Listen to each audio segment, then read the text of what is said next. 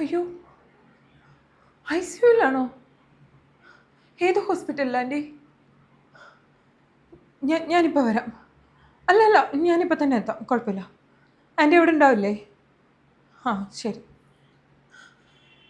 അമ്മച്ചി, എൻ്റെ അമ്മ ഹോസ്പിറ്റലിലാണ്.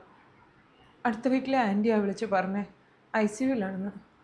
ഞാനൊന്ന് അമ്മയുടെ അടുത്ത് വരെ പോവാ. അമ്മച്ചി, ഹോസ്പിറ്റലിൽ കിടക്കുന്നത് എൻ്റെ അമ്മയാണ്. അവർക്ക് വേറെ ആരും ഇല്ല.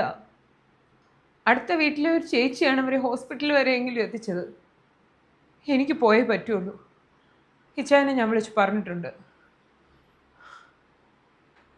നിങ്ങളുടെ മകനെ സ്നേഹിച്ചു പോയി എന്നും പറഞ്ഞ് എൻ്റെ മതം മാറ്റി, എൻ്റെ പേര് മാറ്റി, വേറെ ആരും ഇല്ലാത്ത എൻ്റെ അമ്മേനെ ഒറ്റയ്ക്കാക്കിയിട്ട് നിങ്ങളുടെ സമുദായത്തിൽ ചേരാൻ ഞാൻ എല്ലാ അർത്ഥത്തിലും നിങ്ങളുടേതായി മാറി.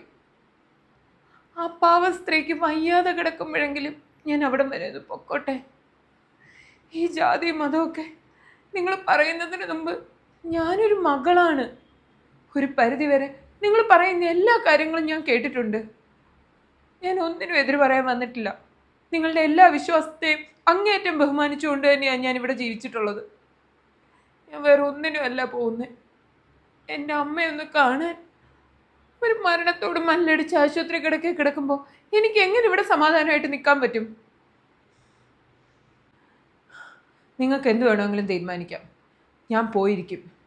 ഒരു ഭാര്യയാവുന്നതിന് മുമ്പ് ഞാനൊരു മകളാണ്. മനുഷ്യൻ്റെ കാര്യമാണ്.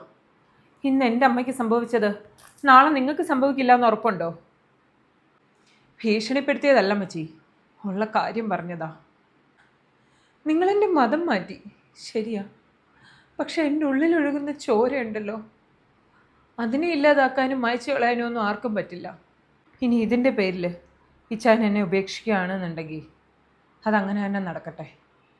ഓരോ തവണയും ഞാനൊന്ന് വീട്ടിൽ പൊക്കോട്ടെ എന്ന് ചോദിക്കുമ്പോൾ നിങ്ങൾ 100,000 ന്യായീകരണങ്ങൾ പറഞ്ഞ് എന്നെ ഇവിടെ അടച്ചിട്ടിട്ടുണ്ട്. ഇതിന് പറയാൻ നിങ്ങളുടെ മുമ്പിൽ ഒരു ന്യായീകരണവും ഇല്ല. ഞാൻ പോവാം.